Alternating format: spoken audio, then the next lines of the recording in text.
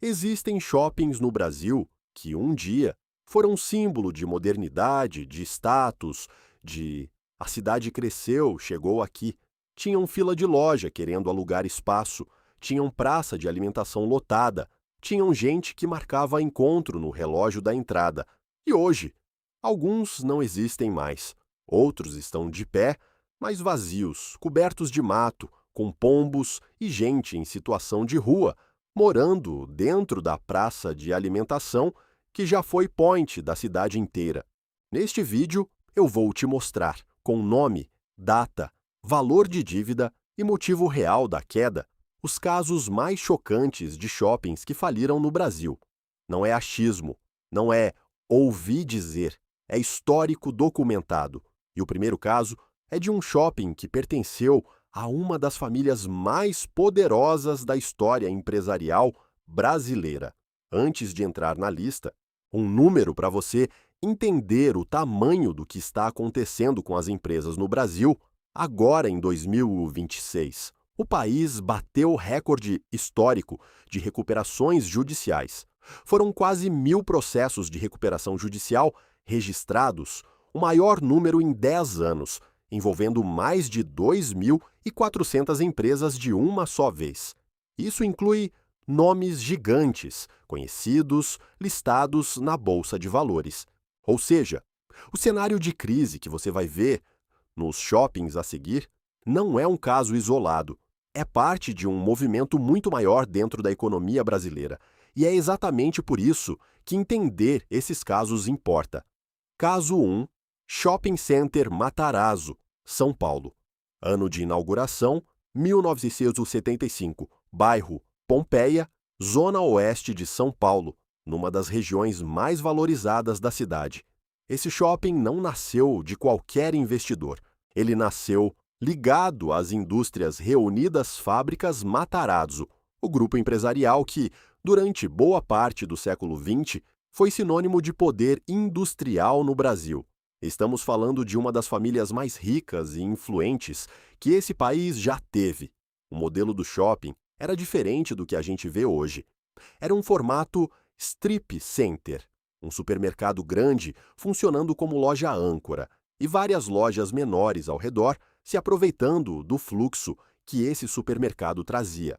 A loja âncora, no caso, era o Jumbo Eletro, e tinha até uma unidade do McDonald's funcionando no estacionamento externo, para você ter noção de como aquilo ali era um point de verdade nos anos 70 e 80.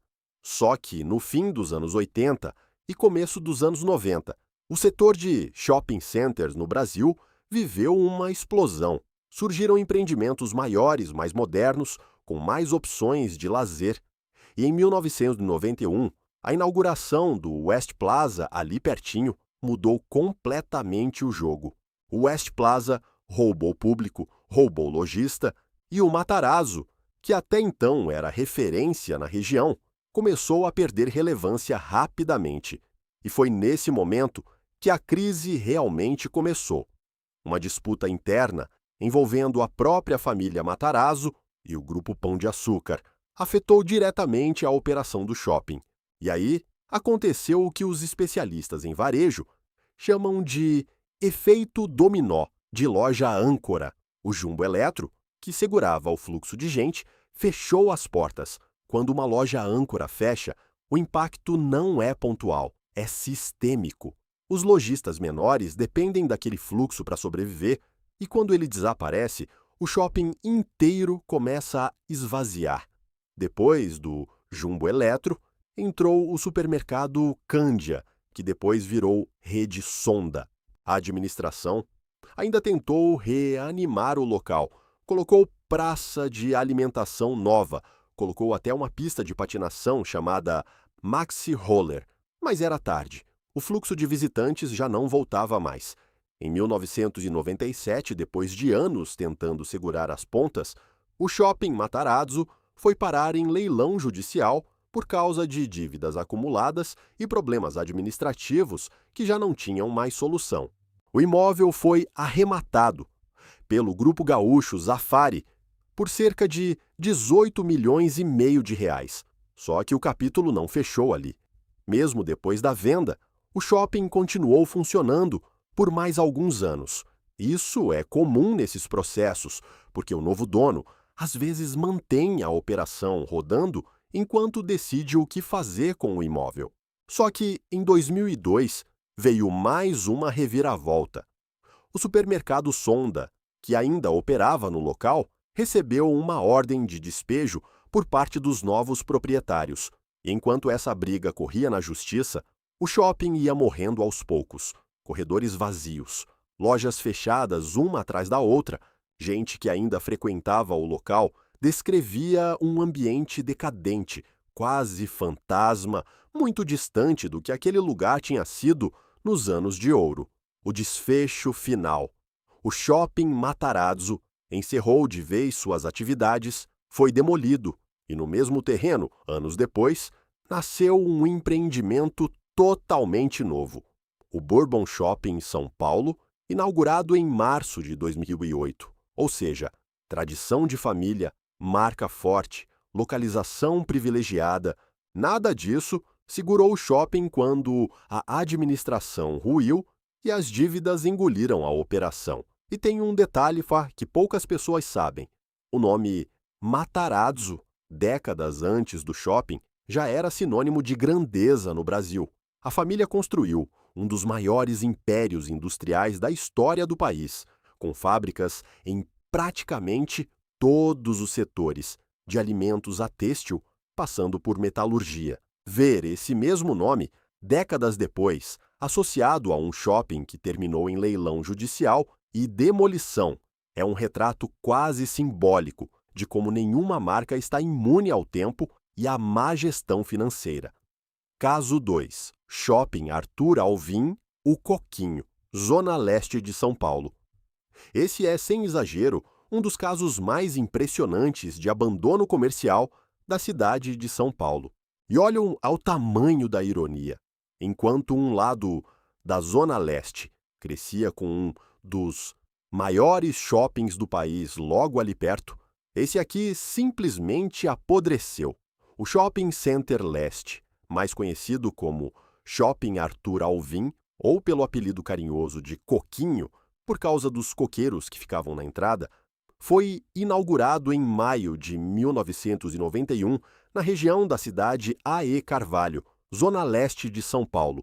Na época, ele representava modernidade pura.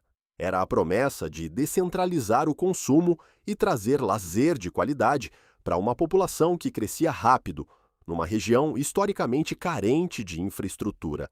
O empreendimento tinha mais de 27 mil metros quadrados de área construída e chegou a abrigar 171 lojas. Não era um shoppingzinho de bairro, era um centro comercial de peso. Só que teve uma decisão administrativa lá no início que, olhando para trás, foi o início do fim. Diferente da maioria dos shoppings, onde as lojas são alugadas por uma administração central, aqui as unidades foram vendidas individualmente para os lojistas. Parece bom no papel, cada um dono do seu espaço, mas na prática virou um pesadelo de gestão. Sem uma administração forte para centralizar interesses, cobrar taxa de condomínio e organizar manutenção, os proprietários simplesmente pararam de pagar. Não pagavam condomínio, não pagavam IPTU, e o shopping foi entrando, pouco a pouco, em colapso financeiro. Some a isso outro fator decisivo. O Coquinho não tinha lojas âncoras de peso, não tinha grandes marcas nacionais. Era, majoritariamente, comércio local. E quando surgiram outros centros comerciais muito maiores e mais estruturados na região, inclusive um dos maiores shoppings do país, ali na mesma Zona Leste, o Coquinho simplesmente não teve como competir. O resultado? Apenas 7 anos depois de inaugurado, em 1998, o shopping fechou as portas e nunca mais reabriu. De lá para cá já se passaram mais de 25 anos. Hoje, o prédio é ocupado por pessoas em situação de rua.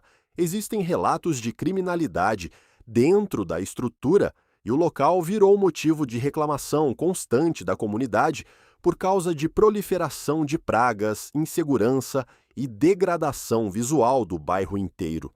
E o mais impressionante, mesmo abandonado, o imóvel continua gerando dívida. Pesquisas indicam que, mesmo sem funcionar há décadas, o débito de IPTU acumulado junto à Prefeitura de São Paulo já passa de 38 milhões de reais. Nos últimos anos, moradores e ativistas da região vêm tentando pressionar o poder público para desapropriar o imóvel e transformar aquele espaço abandonado em algo útil para a comunidade, um hospital, um centro cultural, uma unidade do TESC.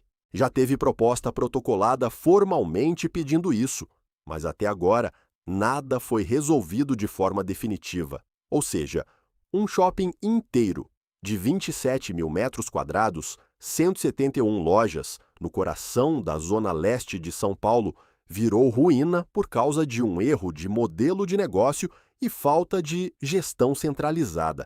E o mais curioso desse caso é que, ao longo dos últimos 25 anos, já surgiram várias ideias diferentes para reaproveitar o espaço.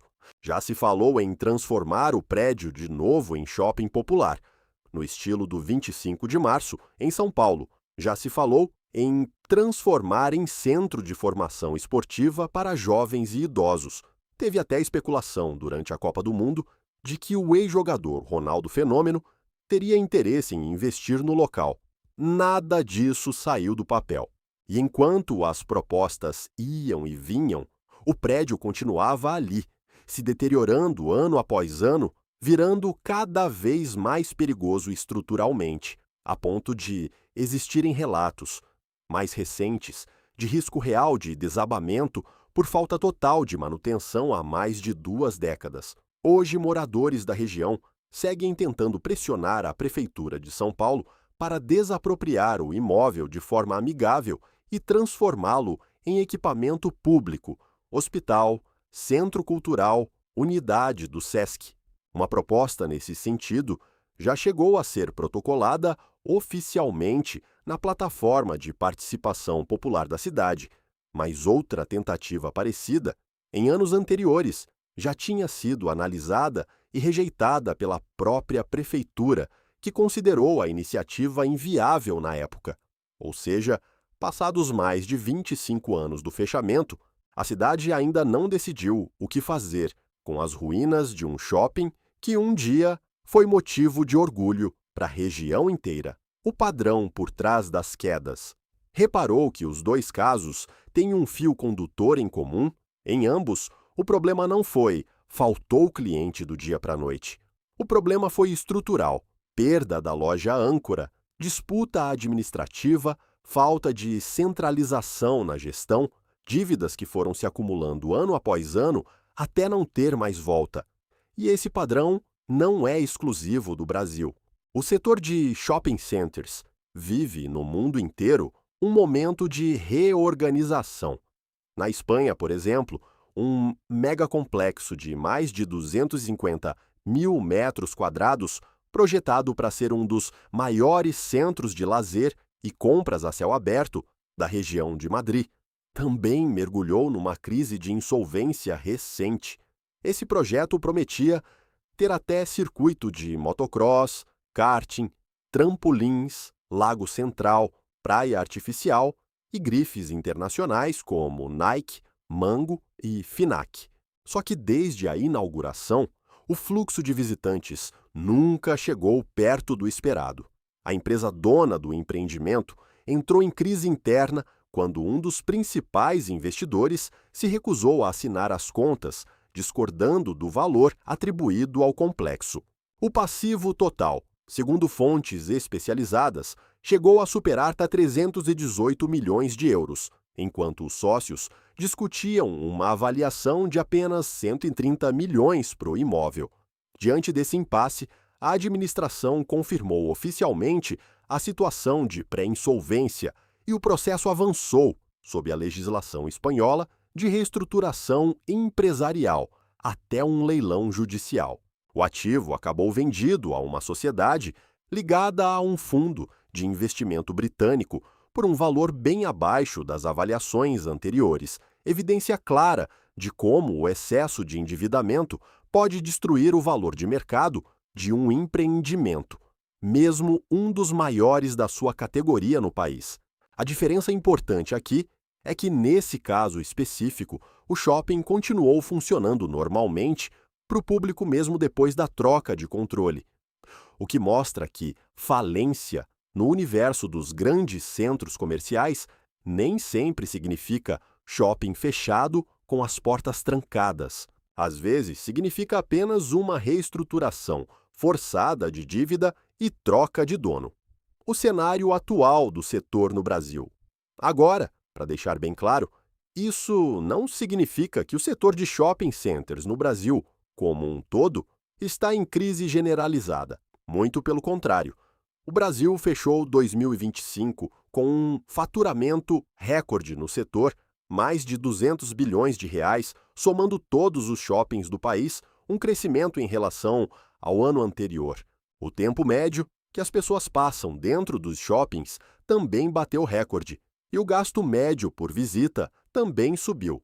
Hoje, o país tem mais de 650 shoppings em operação, espalhados por mais de 250 cidades, somando quase 20 milhões de metros quadrados de área comercial.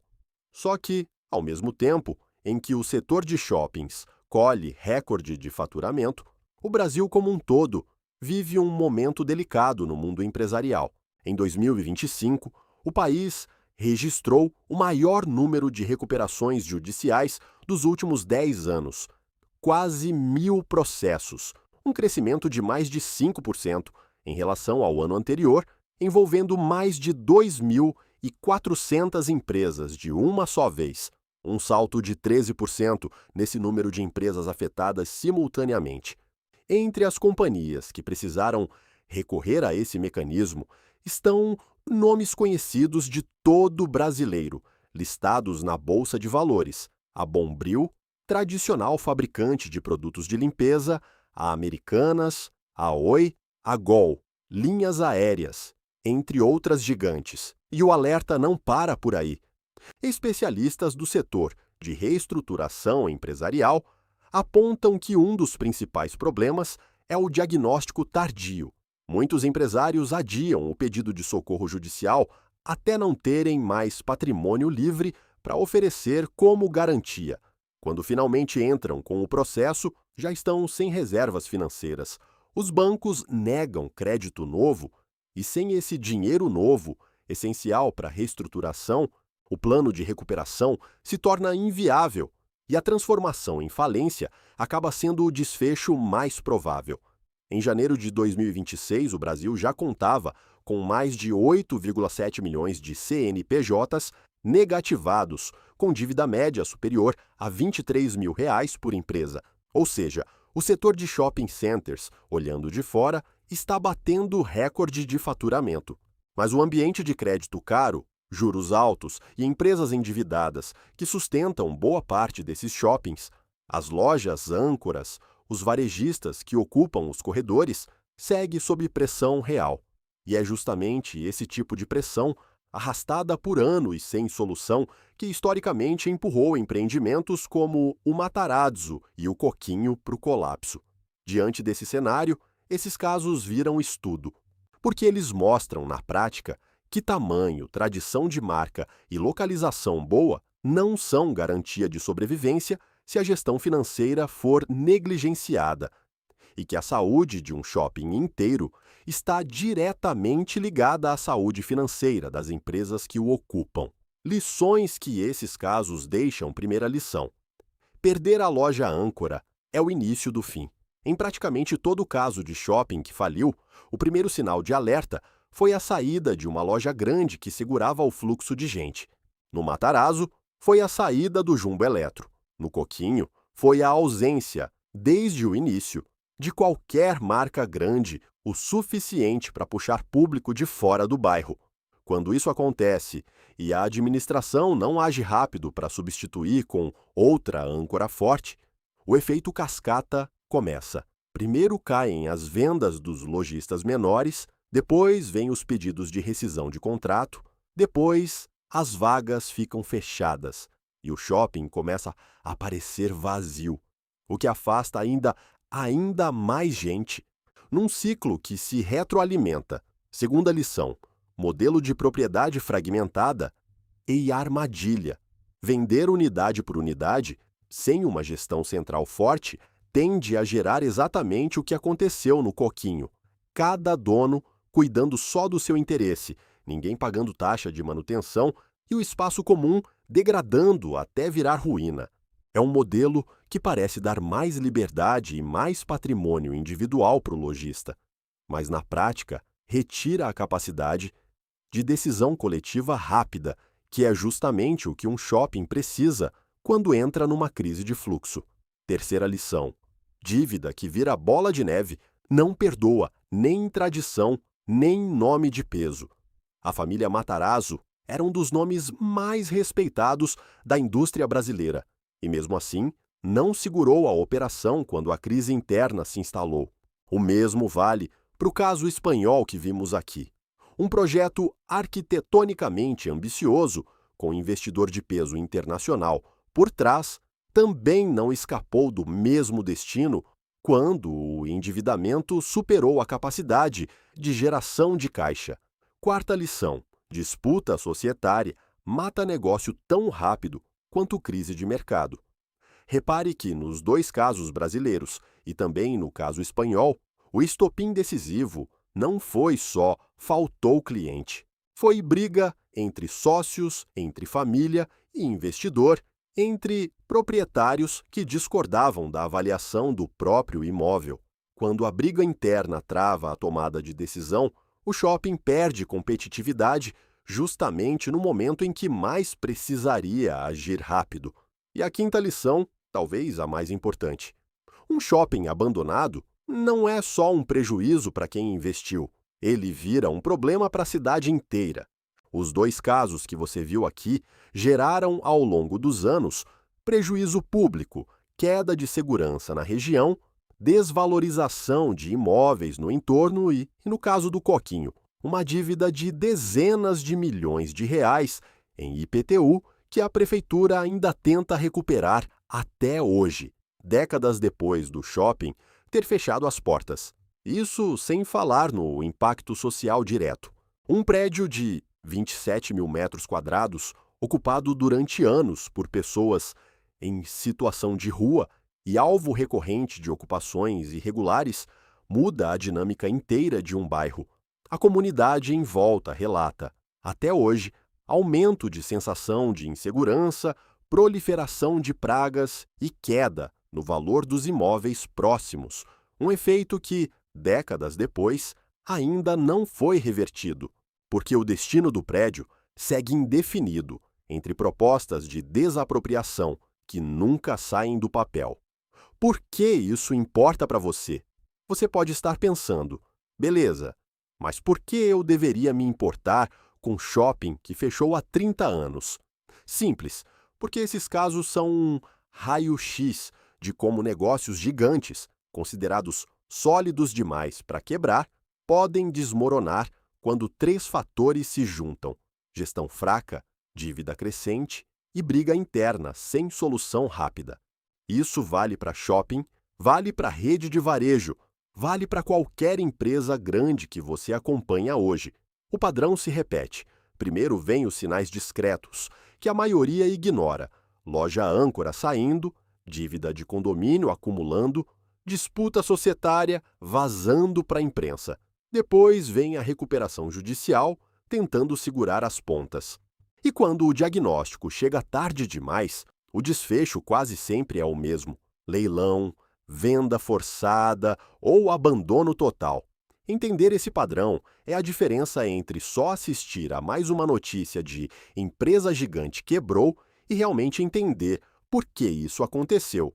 E, principalmente, por que pode acontecer de novo, com outro nome, em outra cidade, nos próximos anos. E é bom deixar claro também: nada disso é motivo para pânico generalizado sobre shopping center no Brasil. Como você viu, o setor como um todo está batendo recorde de faturamento. O brasileiro está passando mais tempo dentro dos shoppings do que nunca. E o número de shoppings em operação só cresce. O que existe são casos pontuais, geralmente concentrados em empreendimentos mais antigos, com modelo de gestão que não acompanhou as mudanças do mercado ou em episódios de disputa societária que travaram decisões importantes no momento errado. A diferença entre um shopping que atravessa uma crise e sobrevive e um shopping que vira ruína, como o Coquinho, quase sempre está na velocidade de reação da administração diante dos primeiros sinais de queda. Então, essa foi a lista real e documentada de shoppings que faliram no Brasil, com nome, data, valor de dívida e o motivo exato por trás de cada queda, além do panorama internacional e do cenário atual das empresas brasileiras em crise. Se você já morou perto de algum desses lugares, ou se lembra de ter ido no Coquinho ou no Matarazzo antes de fechar, deixa aqui nos comentários com o nome do shopping e a lembrança que você tem dele. E se você quer que eu traga mais casos assim, de empresas e negócios gigantes que quebraram e ninguém conta o motivo real por trás, deixa o like que o próximo vídeo já está sendo preparado.